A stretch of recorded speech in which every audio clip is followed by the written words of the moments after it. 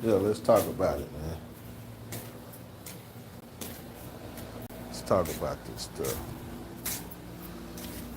Christianity was created for the European, man. You know, with all this truth that's been coming out, not a lot of truth is being spoke about. You got a lot of these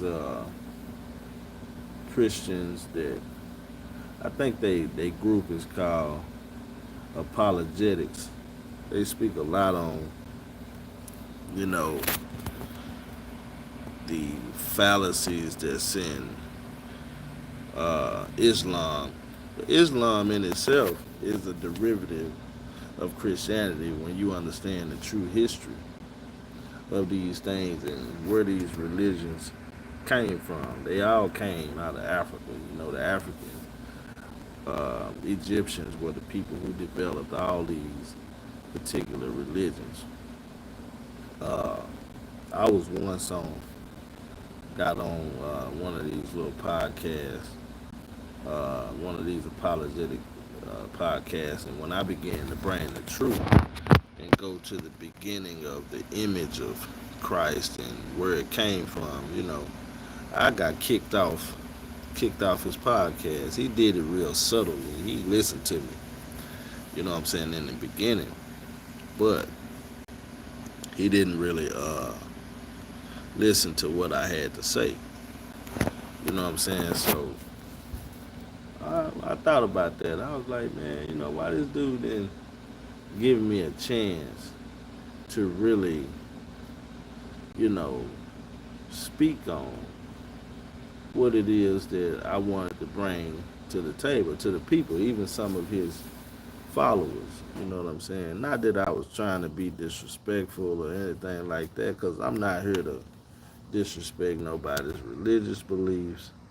I'm not here to necessarily change anyone's religious beliefs.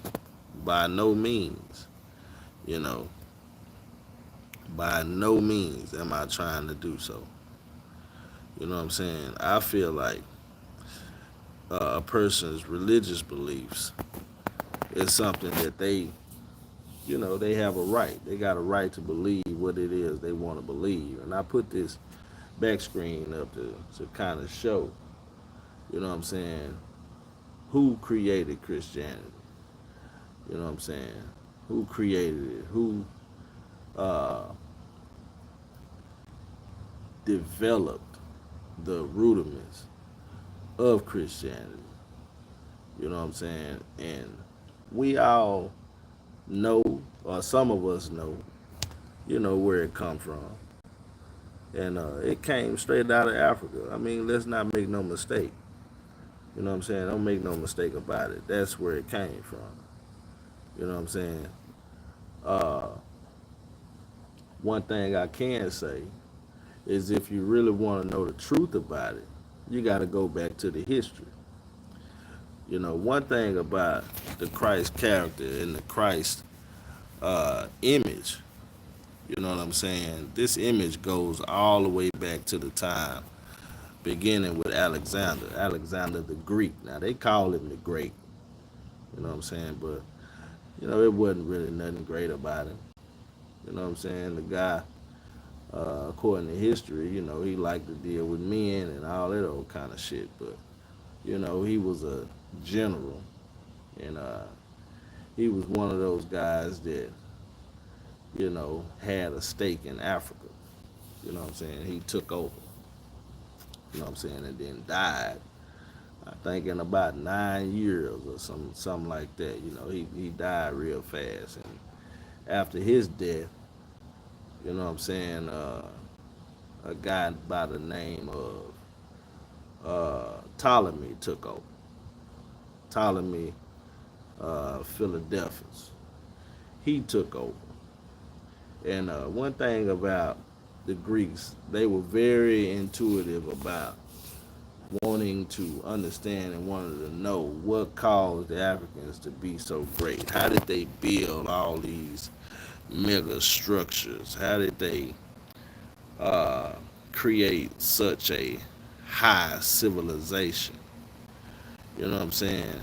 And in so doing, they found out that it was because of their spirituality. You know what I'm saying? Their spirituality caused them to be in tune with nature, because the nature of their spirituality had everything to do with the science of the universe, which is why they were able to build the pyramids. And to this day, they say they don't know how the pyramids was built, but you know, they know how they were built. I mean, the blueprints are there. They just are housed in the Vatican. You know what I'm saying? They're housed in the Vatican. So, with that being said, uh, Ptolemy, after taking over for uh, at the demise of Alexander, after Alexander tried to get accepted into the ancient mystery system, or the secret societies that the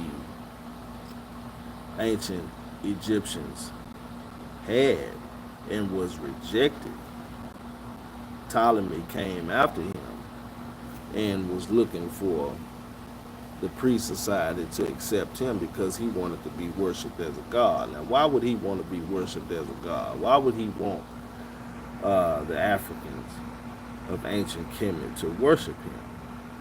Well, he wanted them to worship him because he wanted to rule the world. He wanted to rule these powerful people. And he knew that he couldn't rule them if he wasn't accepted into their ancient societies, their sacred societies. You know what I'm saying? So, according to history, true history, not belief, not all this, what would you call it? This rhetoric and all this. They wanted to be inducted, you know what I'm saying, into the sacred societies. So, as a result of such, he went throughout Africa to try to find a group of people that would accept him as a god. And he searched and searched and searched until he found a group of Egyptian priests called the Melkite Coptic Egyptians. These are the ones who are in the background. You know what I'm saying? To accept him.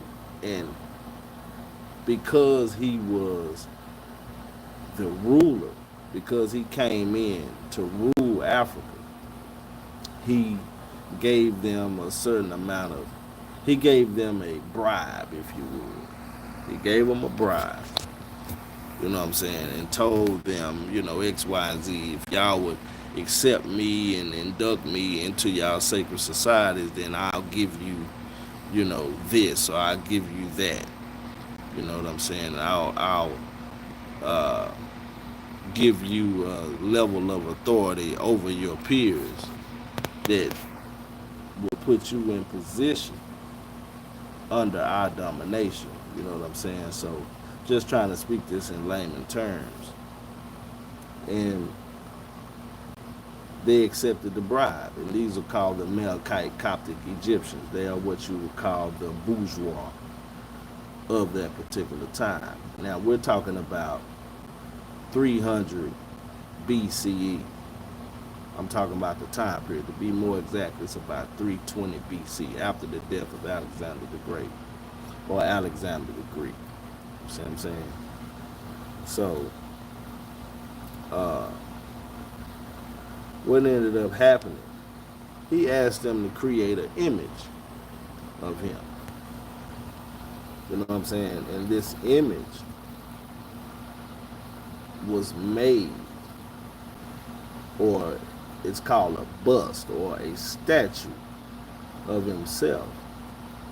And that particular bust or statue of himself, image of himself, was given the divine attributes of the Egyptians' spiritual god, and that god was Asar or Osiris, right?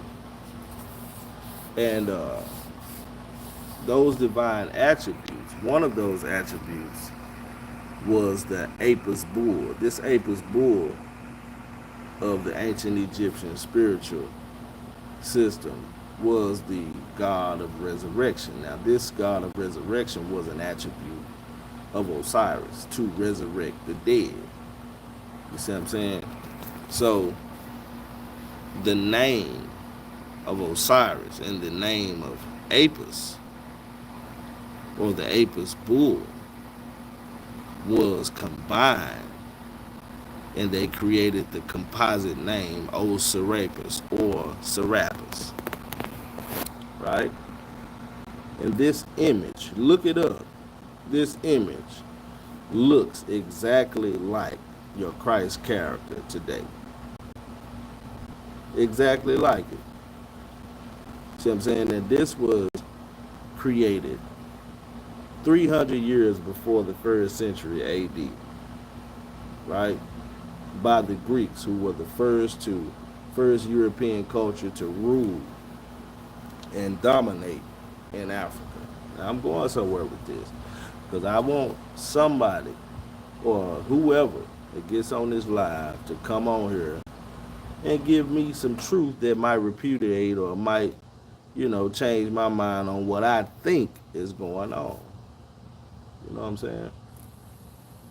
Now, like I said, I'm not on here trying to change somebody's perspective or change somebody's beliefs or this and that and that and this. I was really, you know, I was really I'm doing this because when I tried to talk about this situation with one of the Christian apologetics, they shut me down. They didn't even want to hear what I had to say. So I said, okay, I'm going to just go live myself and bring this information in and see what people have to say about this truth. See if they can bring me some more truth that contradict what I'm saying. Because you can trace this. Now, Christians believe that around the first century AD that Jesus Christ lived. You see what I'm saying? But outside of the Bible, there is no historical writings about this said Messiah. None. None. And this Messiah seems to have all of the divine attributes of the god Osiris. Even in the Bible, it says in the Old Testament in the beginning, let us make man in our image. And even in that, you like, us? What do you mean us? I thought it was just one God. Who is he talking about, us? Because it don't necessarily say that God has a wife. You know what I'm saying? When you talk about God, it seems to always speak in masculine form, and we know that God isn't homosexual. Not to be a disrespect homosexuals or anything like that. We know that two men can't make a baby. You know what I'm saying? It says let us. So you have to go and think about that. Where are they getting these terms from? Where are they getting this rhetoric from? You know what I'm saying? But in any case, when you go back to the first century AD, Christians say that Jesus Christ was born around the first century and died in the first century, obviously, according to the Bible, and was crucified. And after his crucifixion and his death, burial, and resurrection, Christianity was born. And then we have all this literature that is in the Bible pertaining to the four Gospels of Matthew, Mark, Luke, and John, talking about all of the things that he did. You see what I'm saying? And I'm like, okay, okay, when I was a believer and when I followed Christianity, I absorbed that information in depth to the degree to where,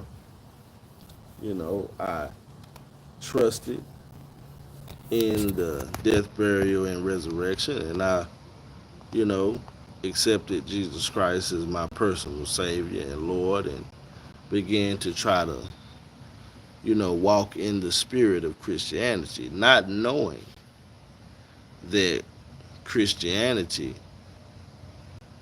uh, has this type of history that I have now learned about. You know what I'm saying? And you got people that say Jesus is black, and the images of Jesus are predominantly before the public as a white man. And I'm like, well, where is this other where are these other images coming from? Why do I see all these other images as Jesus being a black man? Where is this coming from? Like, why do we have these different images? And then I found that out after some more research. I found that out. I'm like, okay, uh, there's some more history. So I got to research this history and find out why people saying Jesus is black. So I found out that they're not saying that Jesus is black because he's actually a black man. They saying Jesus is black because Christianity and the Christ figure came from black people. I said, wow, wow, this is amazing. This is amazing. Let me look a little deeper into this. And as I began to look deeper, I ran across a book by an author called Walter Williams. And Walter Williams did a profound, exhaustive study on the origins of Christianity. You know what I'm saying? And in the due process, I found out that people are saying that our divinity was stolen. Our divinity was stolen, and we became slaves under Christianity. And they used Christianity as a tool to enslave us. And I say, wow, this can't be true. This cannot be true. I just can't see it. I can't agree with it. You know what I'm saying? I just, because from what I understood, Christianity was designed to set the captive free, not to enslave us. And I'm like, no, you know what I'm saying? But I didn't just write it off. I said, you know what? Well, let me continue to study. Let me continue to search this thing out. I know there are scriptures in the Bible that talk about slaves obey your master and to do this and do that. And I was like, okay, well that don't sound right. That don't sound right. But I said, okay, well let me just keep digging. And then I ran across this book.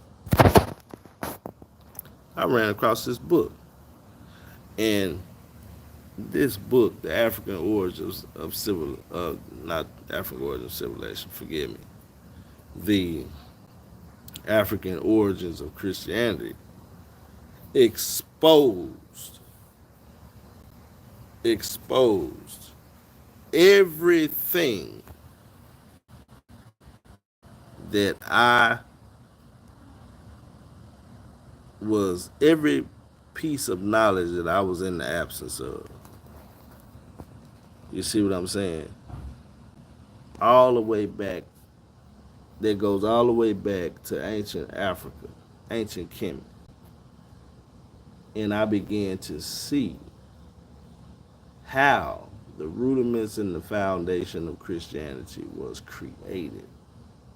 Now, according to Christian history, you have what are called the patriarchs or the founding fathers who were said to have developed Christianity through the Spirit of God.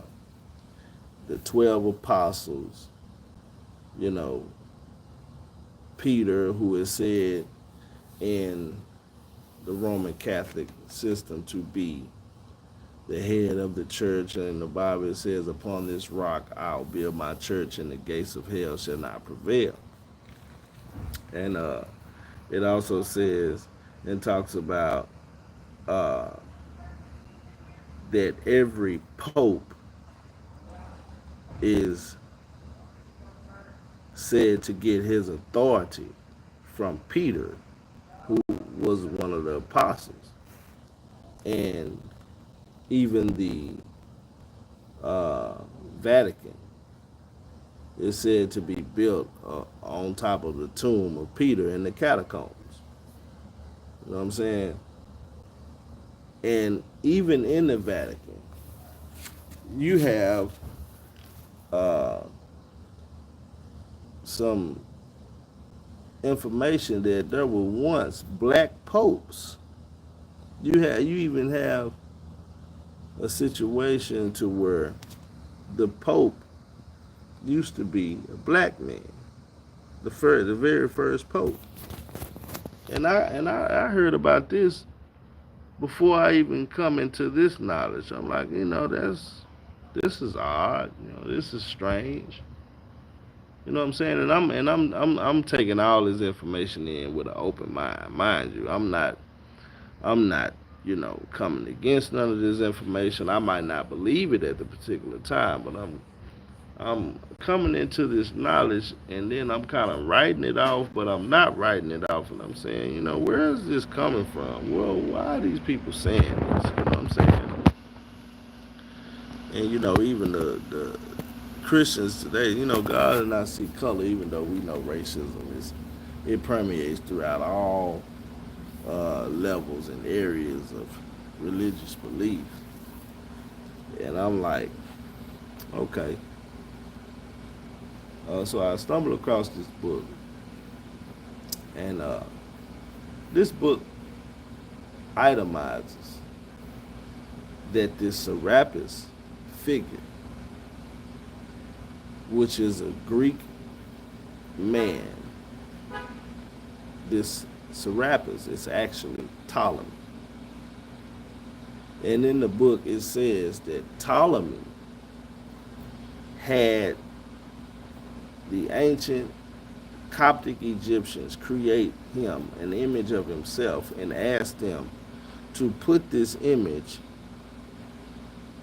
in their divine spiritual system as a god, and wanted them to worship him on side of Osiris, so that not only the Africans can have an image to worship, and then the Europeans can have an image to worship, but the whole time, the trickery in it is that the European was really wanting them to disregard and do away with their worship and just worship them through this Serapis figure, after they gave him the name Serapis and the divine attributes of Osiris. Now, like I said, this was 320 BCE, right? So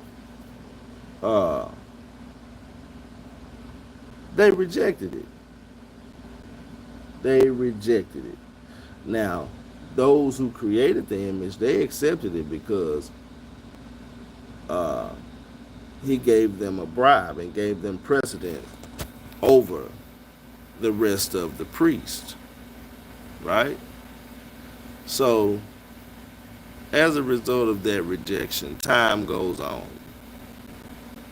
And the Greeks ended up being overthrown by the Romans.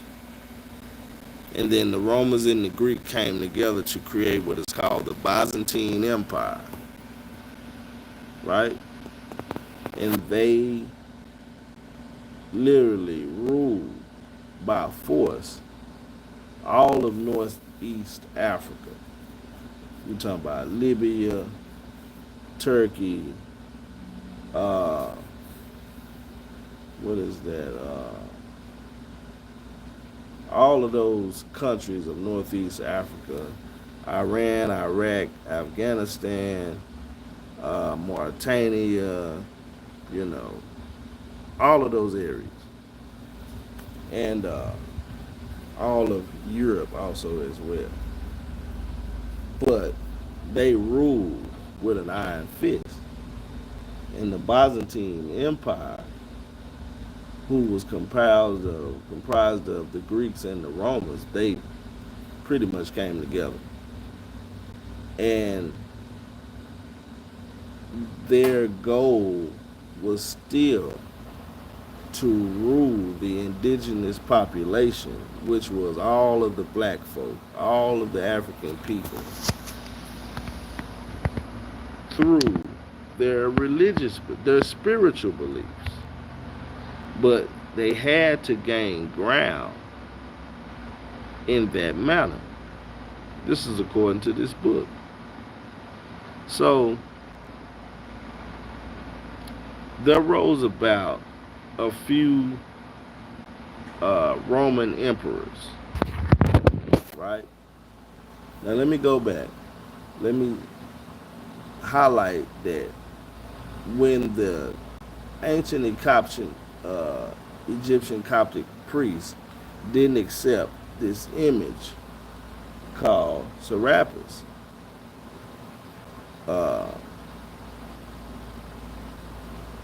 Ptolemy shut the temples down and told them that they couldn't build any more temples and they could not have any religious worship. Now this was the persecution that came about as a result of them not accepting this image. And this edict was in place all the way up until the time of not Justinian, but all the way up until the time of Constantine, which is another Roman ruler. Everybody's heard of Constantine. You even heard of the movie Constantine, where it highlights a lot of the information that I'm talking about. And you know, when I even watch that movie, I watch because I'm a movie fanatic, so I pay attention to a lot of stuff like that because I know a lot of truth in movies. You know what I'm saying? And they had the Madonna and stuff like that, and they showed certain trinkets and facets of Christianity and stuff like that. But you know, it kind of go over your head in the absence of this information. So, with that being said, when you go into travel in time up into the 1st, 2nd, 3rd, 4th century, you know, these Coptic Egyptians were creating Christianity, but the Christians of today say that according to the life of Christ and the death of Christ, Christianity was already in existence, when the truth of the matter, it was not in existence. Now, Christ's likeness was, when I say Christ's likeness, I'm talking about the way they describe the way of the African as Christ-like. You know what I'm saying? Their benevolent way of life was Christian. You see what I'm saying? So they, to me, dubbed that lifestyle, that benevolent lifestyle, and called it Christianity, which is why the religion of Christianity has that particular name. But in any case, uh, there were some key figures amongst these Coptic Egyptians that ushered this religion into play. And we are under the impression that the founding fathers of Christianity, who were white or European believers, created Christianity. Now, who am I talking about? I'm talking about the believers and ultimately the apostles. Because we know, according to Christianity, the apostles were the ones who brought the teachings of Christianity after Christ lived and died, right? But the truth of the matter is, according to Dr. Walter Williams, there are no apostles. The apostles never existed.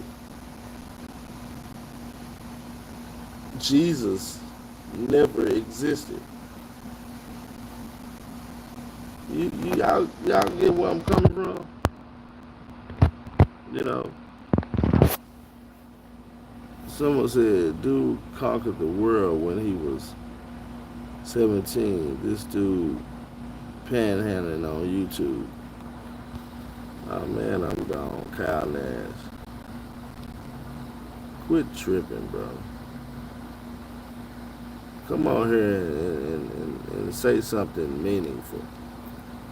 Bring some meaningful information on here, bro. You know what I'm saying? And we'll you know, we can bring some knowledge to the people. But in any case, what ended up happening was you had a few councils, 5 councils that were enacted. And that first council was the Council of Nicea, the Council of Nicea. This particular council was a council to embed this Serapis figure into the Egyptian triune Godhead, or what Christians would call the Trinity. You see what I'm saying? And in so doing, there was a controversy because the Africans did not accept this Serapis figure. They didn't accept it. Why didn't they accept it? First of all, because it wasn't a god. They did not see a created statue or a European as a god because of their ways, because of their actions, because of their activities in the world. You know what I'm saying? And they did not accept foreigners into their spiritual life, spiritualism. So, as a result of this, you know what I'm saying? These particular Coptic Egyptians formulated a doctrine around the attributes of their god, Asar or Osiris. And they gave him these attributes. And when the Byzantine emperors came into power, they were continuing to ask or try to find a way to get African people to accept this image, whether it be by force or whether it be by choice. And they saw that these people are willing to die for what they believe. So if they continue to kill all of the African people who had the knowledge and the truth, then they would never get their goal met. So around the time that Constantine came into power, Constantine said, you know what, listen, this is what I'm going to do. I'm going to find me a person amongst these Coptic priests who had all the knowledge, all of the truth, all of the information, and I'm going to give him my imperial power and authority and give him my emblems, which are my symbols of authority as a Roman ruler, and give him a proposition. If you get your Coptic Egyptian buddies, if you get them to accept this image of Serapis, and not only that, baptize me, induct me into your sacred society, I give you this authority over your counterparts. And then one of them took the bait. The one that took the bait was a guy by the name of Sylvester I, who was a member of what is called by Dr. Walter Williams, the exterior Coptic Egyptians. And he accepted that, and he took the bribe. And when he took the bribe, his job was to get the rest of his counterparts to accept it as well. But that wasn't an easy task. It wasn't an easy task. And a few hundred years passed until that task was done. See what I'm saying? So, this Serapis image that was created in 320 BC traveled all the way up to 325 AD,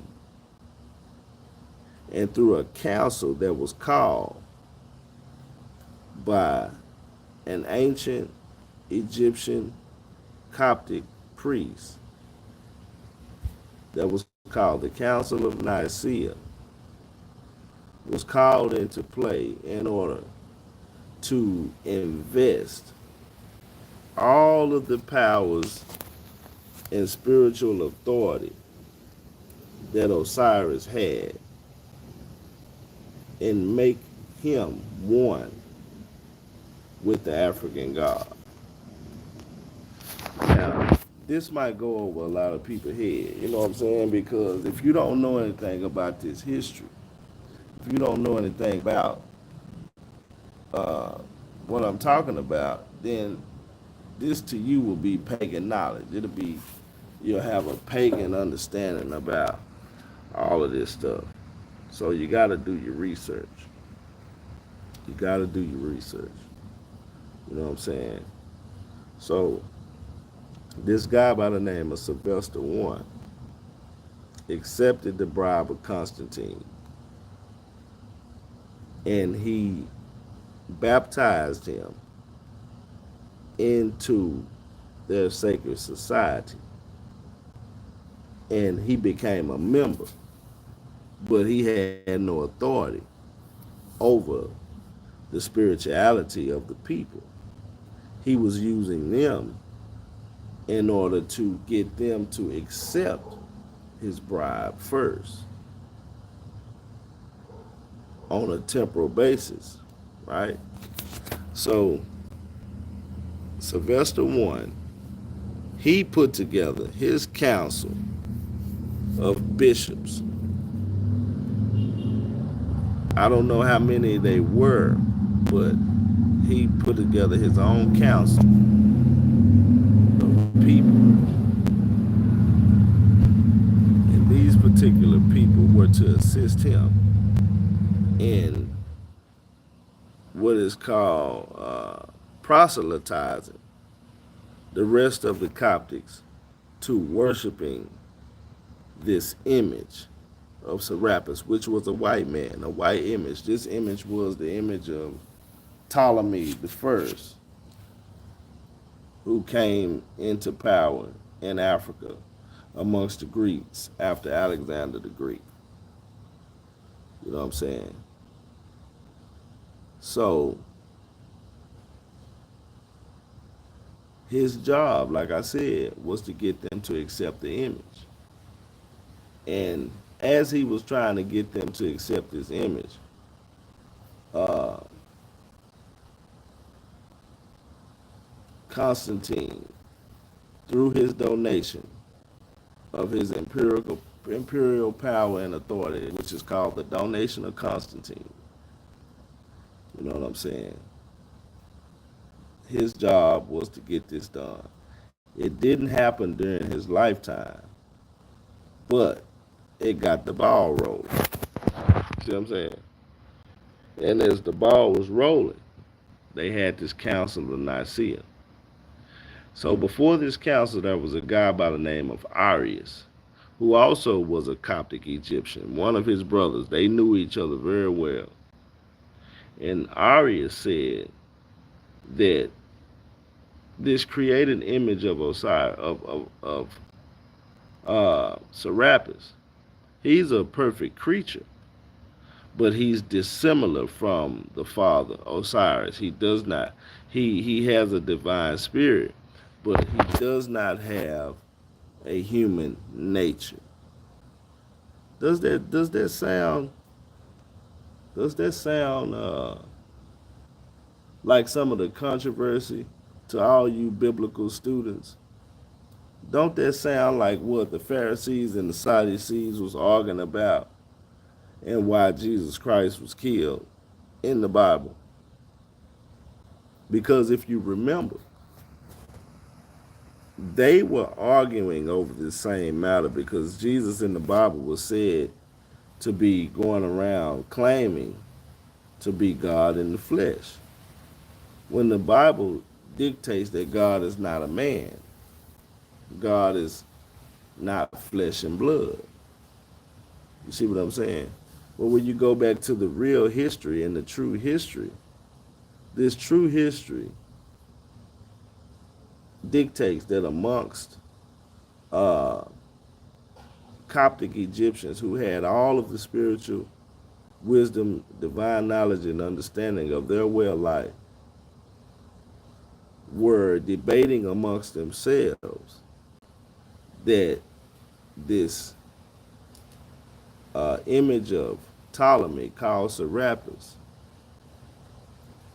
did not have a human nature, but had the divine spirit and attributes of Osiris. It just, it makes too much sense not to be the same argument. And over a course and period of years down the line in Christianity, you see this same controversy in the Bible, where the biblical debate is according to belief. It's according to belief, but you can trace this belief back to its inception, where history dictates that in the transference of political and spiritual power amongst nations, you had the Coptic Egyptians under the domination and the rule of the Greeks, and then the Romans trying to get an image to be worshipped as a god.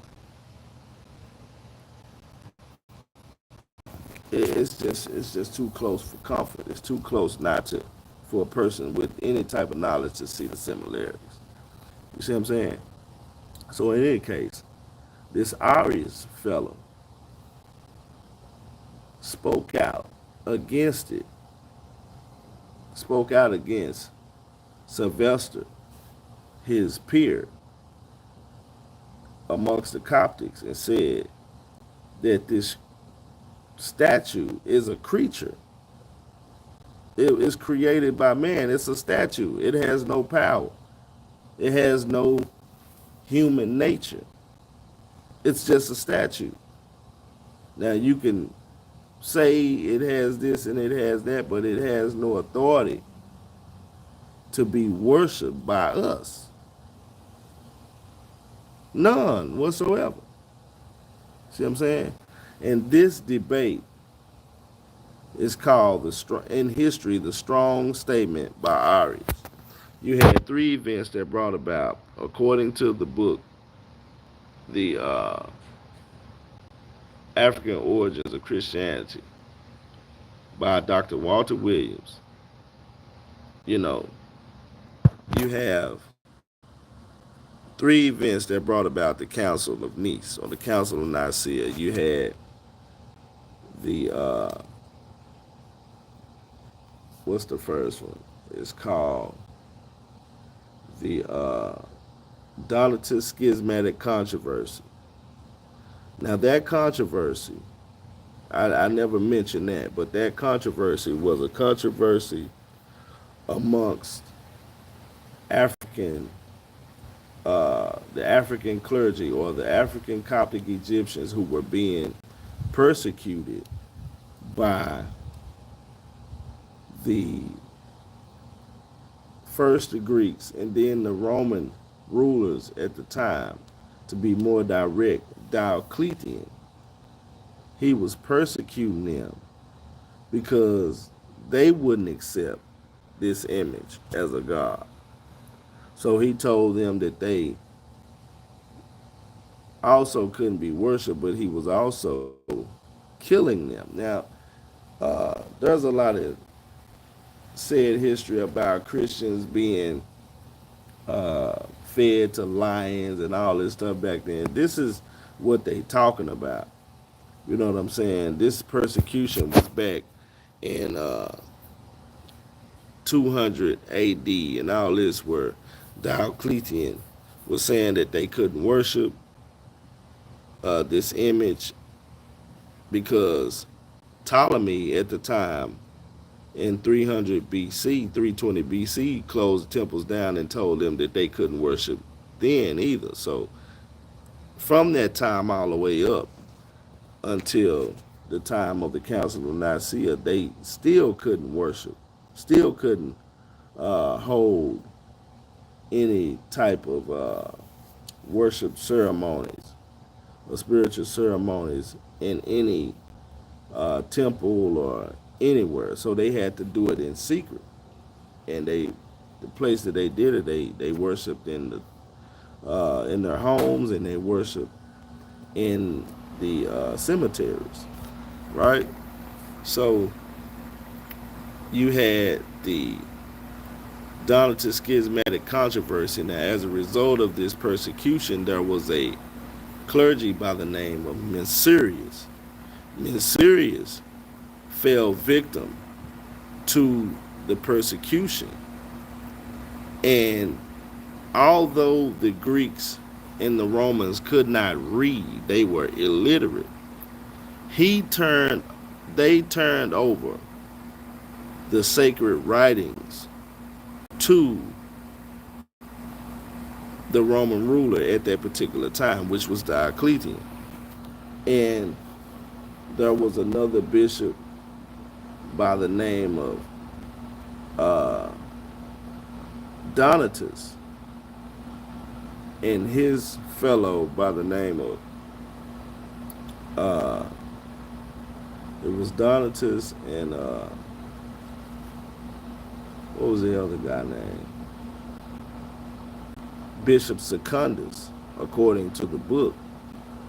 They said that he should have martyred himself before he gave the sacred writings over to the Romans. You should have just allowed yourself to be killed. So that created a split between them. And as a result of this, Constantine came and said, this is an opportunity for me to make a power move and find somebody in this split, because their lives are on the line. They've been persecuted to a point to where I see a weakness. And I'm going to try to give some power and authority to somebody who has authority, who has influence amongst these people, and see if he'll take this bribe and see if he will say, okay, yeah, I'll try. And that person was Sylvester One. And when he accepted the donation of Constantine, that was the second act that brought about the Council of Nicea. And then the third event was the strong statement by Arius, when Sylvester and his legates came and said, okay, this image we want to be worshipped. This is a god image. He is called Serapis. He has the attributes of Osiris. He needs to be worshipped right next to the Father. They wasn't having it. And Arius came and he spoke against it. And he said that this ain't nothing but a statue, man. It don't have no spirit in it. We created this statue, and it's a statue of a white man. We don't even accept them into our secret society. Do y'all not know the history? What is y'all talking about? I'm speaking in my own terms. You know what I'm saying?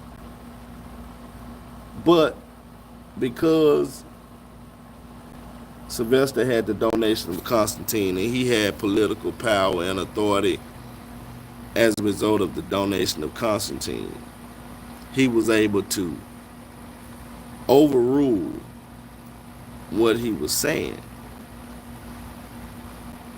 and got a lot of people to accept this image as a god. But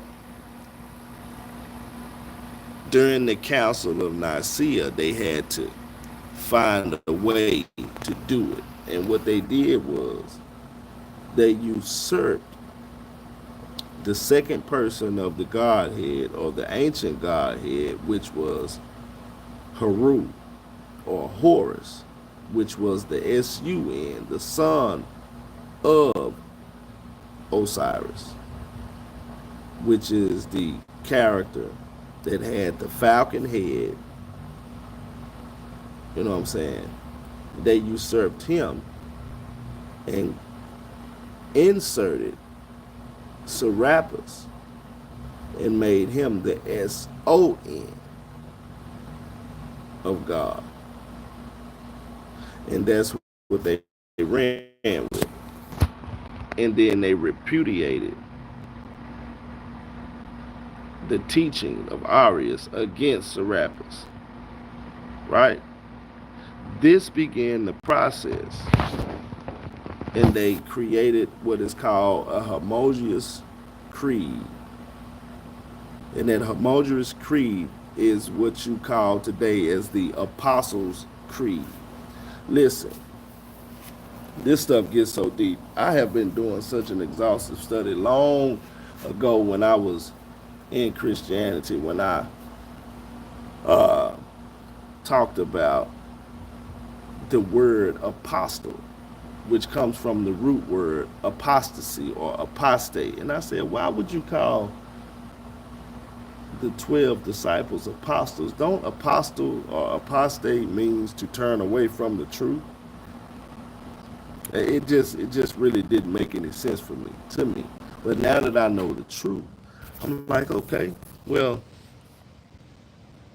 I see why they call them apostles, because they were used to turn the people away from the truth. And now that I've come into this knowledge, it even makes more sense.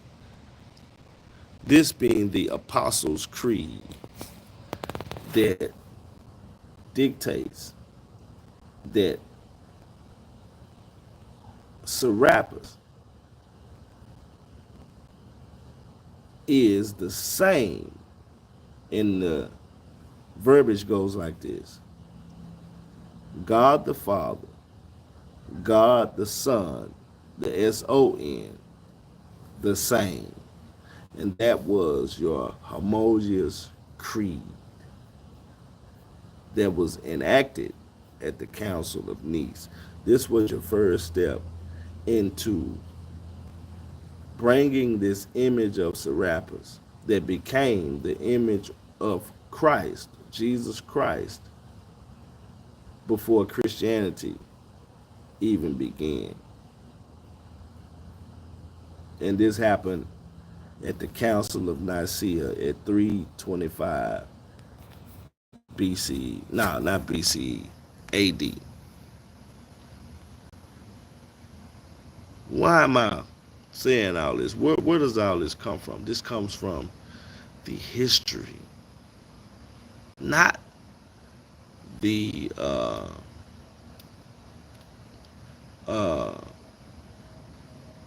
stories that's in the Old Testament and the New Testament. You know, all of that is pseudepigraphal, apocryphal. You know what I'm saying? Like, you can't prove any of the prophets ever lived. You can't prove none of it. They don't even have no tombs for none of the apostles, none of it. So you can't even use this as true history.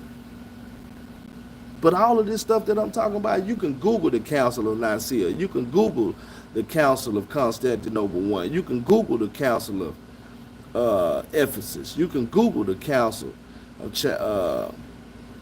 Chalcedon. You can Google the Council of Constantinople too. See what I'm saying? And everything that I'm talking about, it's going to tell you that this is what was going on. And these names are going to pop up. And the legates that brought these particular councils to pass. See what I'm saying? Like, this is true history, man. You can't refute this. You know? You see what I'm saying? Like, I chose to do this live stream real late, but you know, I just had it on my mind, you know what I'm saying? But I'm gonna come back and I'm gonna do another video in depth on this particular council so that I can give you some other names and some more details of why this bait and switch took place and how it took place. You see what I'm saying? But in any case, you had the three events that brought about the Council of Nicea. You had the Donatist schismatic controversy, which was a conflict between and amongst Africans, Coptic Egyptians, that was being dictated by the European. This is why I said Christianity was created for the European. Not that they believed it. The Africans didn't believe or didn't trust. They knew this wasn't true. They was just trying to give them something to worship. But the Europeans had a totally different motive. A totally different motive. They were trying to rule over the Africans through their own religion. This is why people say that we have given away our divinity. And now we're worshiping this white man on the cross. See what I'm saying? Like, I literally have the true history on it. And nobody's talking about this. It's been talked about, but nobody's talking about it in our era. You know what I'm saying? You got all of these uh, Christian apologetics out here, and they'll tell you that Christianity was in the first century. You know what I'm saying? Christianity was not in the first century. Christianity wasn't created until the 5th century. You know what I'm saying? At the Council of Chalcedon in 451 AD. See what I'm saying? You had all of this talk about this Christ image that wasn't Christ yet. It was Serapis. Didn't have a human nature. It didn't have a human nature because it was a statue. Then they had to come up with these decrees. They had to come with another character after they took the character of Horus out of the divine triune Godhead of Asar, Set, and Harut. They had to import these other characters in it in order to get this guy a physical body. This guy Serapis, before he even got his name, Jesus Christ, his name was Serapis.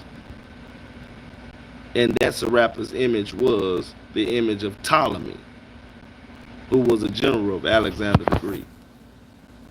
You know what I'm saying?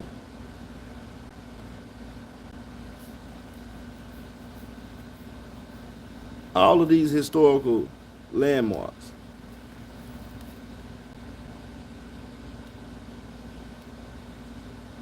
This stuff is so profound. You guys didn't even know that Christianity was before Islam. And Islam was before Judaism. And the way the Bible lays it out, how can you have Islam before Judaism and Christianity before Judaism? And the Bible said that Jesus was a Jew.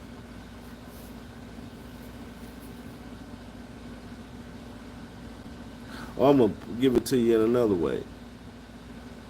Jesus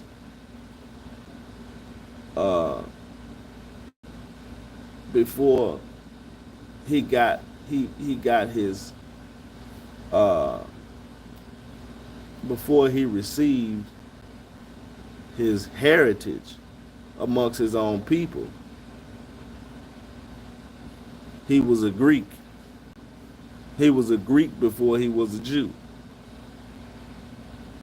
No, man, don't make sense. But when you find out the true history about it, you'll see what I'm talking about. Like this video, share this video, subscribe to the channel, man, because we're finna be beating on this for a while. You know? And tell me what you think. Tell me what y'all think. You know, I'm open, but I'm hunting it down. I got the true history. I know, and I trust that it's true. It ain't no belief. You know what I'm saying? I can see that the Serapis figure became your Christ figure. When you look at the image of Serapis, go to Google and pull up the image of Serapis. It looked just like the Jesus Christ figure. The only thing different is they changed the hair color. He's dark complected like a Jewish person. Most Jewish people have dark hair. See what I'm saying? But anyway, you had the donation of Constantine that was given to Sylvester I. Sylvester was a Coptic Egyptian. You're talking about the people who had all of divine knowledge, all of the 7 liberal arts of civilization. They knew everything. They knew everything. They knew how to build, not to mention even the first Christian church, the physical church. Not to mention, we haven't even got into that yet. You know what I'm saying? We ain't got into the first see. You know what I'm saying? Not in the Vatican, but in Turkey, Constantinople, Turkey. Istanbul, which was first Istanbul, Turkey. We ain't got into that shit. You know what I'm saying? But, you know, It was a process, a step-by-step process in order to get this Christ character accepted amongst us. People died. People were persecuted and lost their lives, lost their homes because they rejected this statue. They rejected, you understand me, the image of a Greek, Greco-Roman ruler as a god. And in so doing, rejected them because they were savages.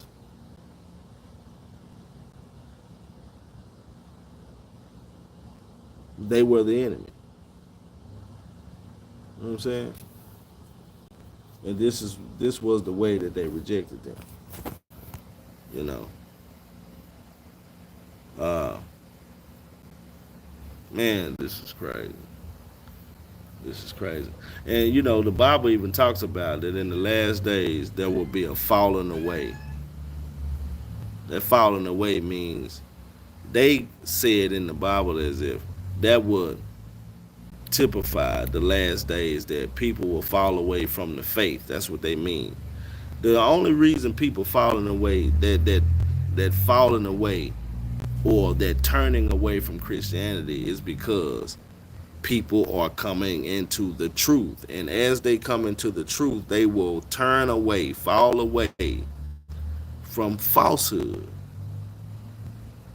because of the new profound truth. See what I'm saying? The principles are the same. You can use any principle and it work.